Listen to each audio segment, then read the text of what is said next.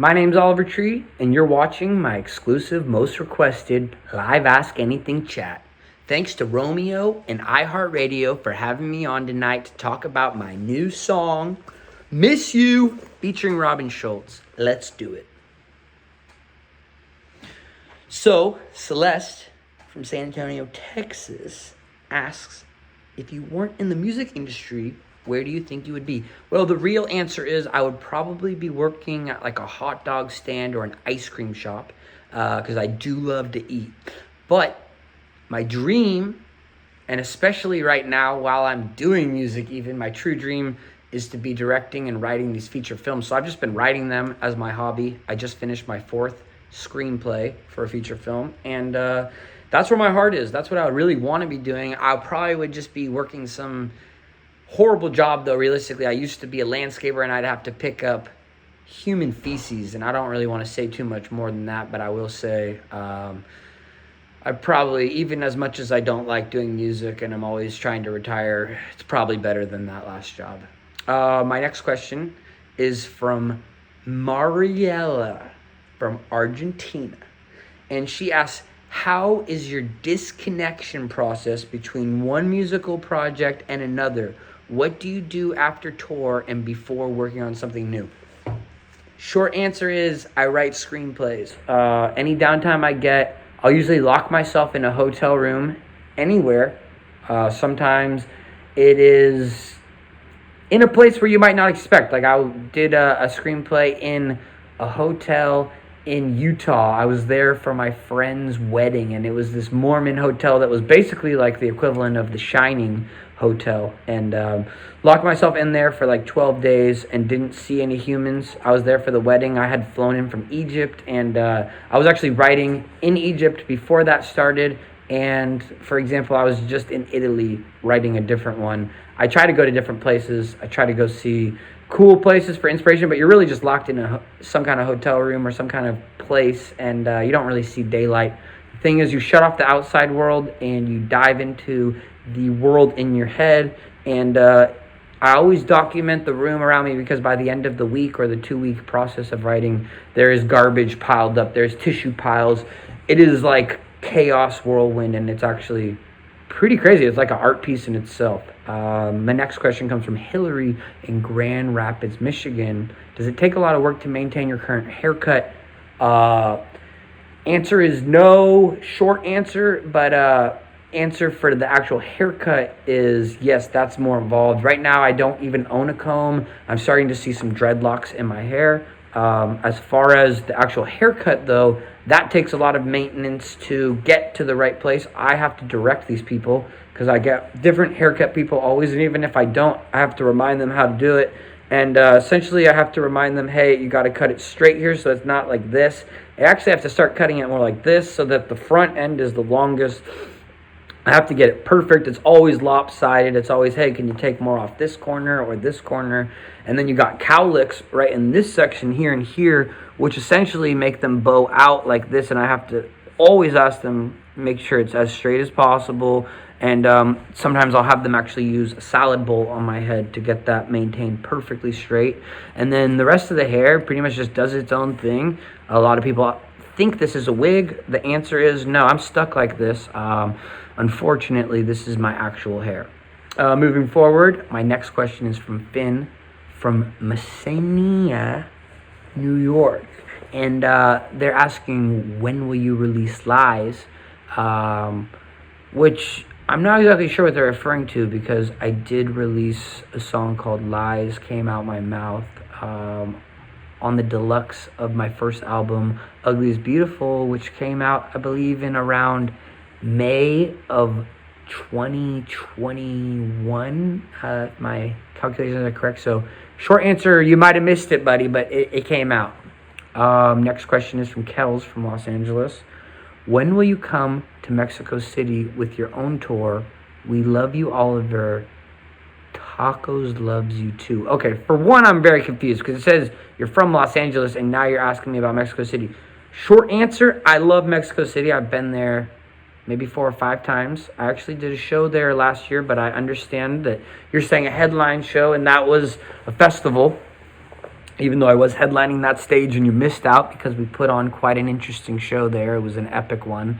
But I did a little headline tour of Mexico last year. We hit a bunch of stops, and I would imagine that I'll probably come back never, because I'm never touring again. Oliver Tree is done. This is the last album that I had released, was Cowboy Tears, and my deluxe Cowboy Tears Drown the World in a Swimming Pool of Sorrow. And short answer, I will never tour again, except I have one last show. That will be at Red Rocks, at the Red Rocks Amphitheater, 10,000 kids. We sold this thing out, except we didn't. We sold out half the tickets on sale in 30 minutes, and we still have a few left. So if you want to get one, it's going to be the most crazy show ever. I've been working on the show for a year and a half, and that will be the last final show. So answer, probably won't ever see me in Mexico City doing a headline show. It's over. Next question is from Tanya from Cleveland, Ohio. Will Turbo return someday? Definitely not. I am done with music for good. And Turbo, I retired Turbo back in 2021, I believe. So yeah, had a good run, 6 years of wearing the same outfit every single day. Got very stinky, and I can't do it. It's done. Next question is from Brianna from Toronto, Ontario. Would you ever consider going on a date with me? No. I don't see what you look like. I have no idea, but I'm getting stalker vibes. Next question, Armin from Leesburg, Virginia. Are you going to play Lies at Red Rocks? All the fans really want to hear the song. If they're referring to the song Lies Came Out My Mouth, which was released on the deluxe of Ugly is Beautiful, the answer is no. I will never play that song. That song is rubbish, and I would never play that song. I would never listen to that song. Next question is from Brianna, here again from Toronto, Ontario. Apparently there wasn't many people who submitted questions. This question from this person, second time. OnlyFans when? Funny you ask. We actually put up an OnlyFans. It's feet pictures exclusively. And yeah, that is available if you type in Oliver Tree on OnlyFans. Next question from Megan from Minneapolis, Minnesota. How big is that schmeat? I don't know who's screening the questions here. This is a little bit of a personal question, but to answer, I use the term phallically challenged. I have what's known as a micro penis, and it's approximately half an inch, and when fully erect, an inch. So I don't really like to answer these personal type of questions, but if you really must know, the schmeat is anywhere between a half inch to an inch. Next question, moving forward, Nathan from Los Angeles, California.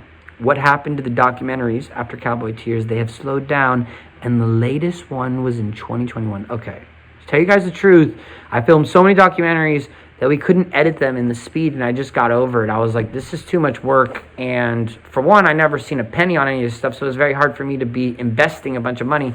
I took out a loan from the government, which I've never spoken about. That was $100,000 during COVID to start new businesses. I put that into Alien Boy Films. We hired a bunch of editors, but the thing is that the whole thing collapsed in on itself because we didn't have the right structure, but we kept filming them, and I kind of just decided, hey, it's going to be easier if I just let these things come out in about 5 to 10 years, which some of them are already 5 years old. We have ones filmed from many tours ago. I mean, there was one that I did opening for Hobo Johnson, another artist, and we went around from America to Europe. That thing was completely done, and we never released that because I figured when you look at it up close, you're like, well, this is just content, but when you release it in 5 to 10 years, it starts to look like a documentation of another period, and I think that's more special. So I think these things are aging like fine wine, and if I was to answer you, they may never come out. But we've actually finished editing a bunch of them, and there's a lot that haven't even started being edited, but I think they'll come out in due time. We'll see. We got to find the right home for them, but I think my dream is probably let them live on YouTube and not make a penny on them, but just make it so that kids in art classes can watch them. I'd like a teacher in an art school to show them. That's my dream with these documentaries. I think they're very special and very unique. Next question comes from Equals from Riverside, California. I don't even think that's a real name. I'm starting to think maybe these are not real people. Maybe these are either AI or bot-generated questions. The question is, will you ever have another meme museum pop up in Los Angeles? I genuinely want to meet you again. Okay, for one, the museum hemorrhaged money. I lost approximately, I believe the numbers were $600,000 US Shout out to Amazon Music for helping fund it, but I lost a lot of personal investment in that museum. It was a huge failure. I did a meet and greet, and I had COVID at the time. I never disclosed that, but I was in a bubble. I was in a bubble that was plastic, and I met with 400 fans, and I played a show that night for 5,000 people, and I had COVID, and that's the truth. Anyways, I probably was not supposed to say that. My lawyer, Jeremiah Jeffrey, has advised that I never speak about that, but I figure you might as well know, and that is probably the last time I'll ever do a meet and greet. I hate meet and greets. Love the fans. I don't really like meeting people because it's a lot of energy, and I already give every bit of energy I have to my art, and maybe there's a world where I'll open up meet and greets to people who are really willing to waste a lot of money, because you'd have to pay a lot of money to make that worth my time, because I'm stretched very thin with everything I do. And my whole entire life is dedicated to giving up my soul to art. And I'm not sure if the best use of it is to meet people one by one, or if it's better for them to meet me through the art pieces that I can share with hundreds of millions of people, like my music or other things. Next question is from Tiffany from San Diego, California. What is your current lock screen? Oh, I wish I could show you. I have two phones. One of them is being used to record this, and the other one is nowhere to be found, but I have two phones, two numbers. One of them I don't know the actual number on it because I don't give that out to people. It's for a very tight-knit, close crew.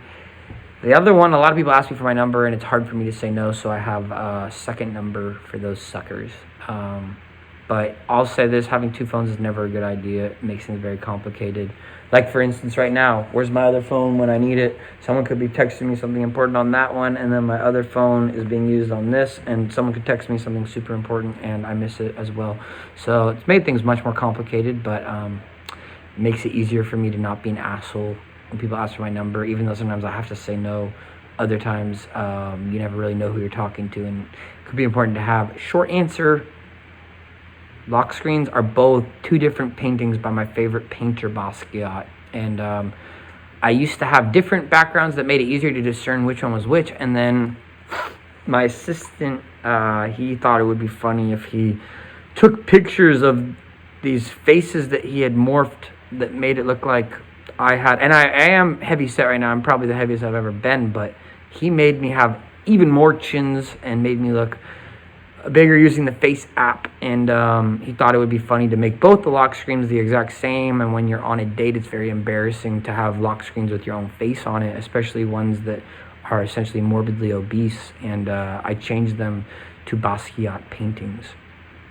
Okay, moving forward, the next question is not a question. It's really just a statement, and I just want to say thank you guys for watching my most requested live Ask Anything chat. I want to thank Romeo. Shout out to Romeo and the crew. Appreciate you guys having me on tonight to talk about my new song, Miss You, featuring Robin Schultz. Oliver Tree, signing out.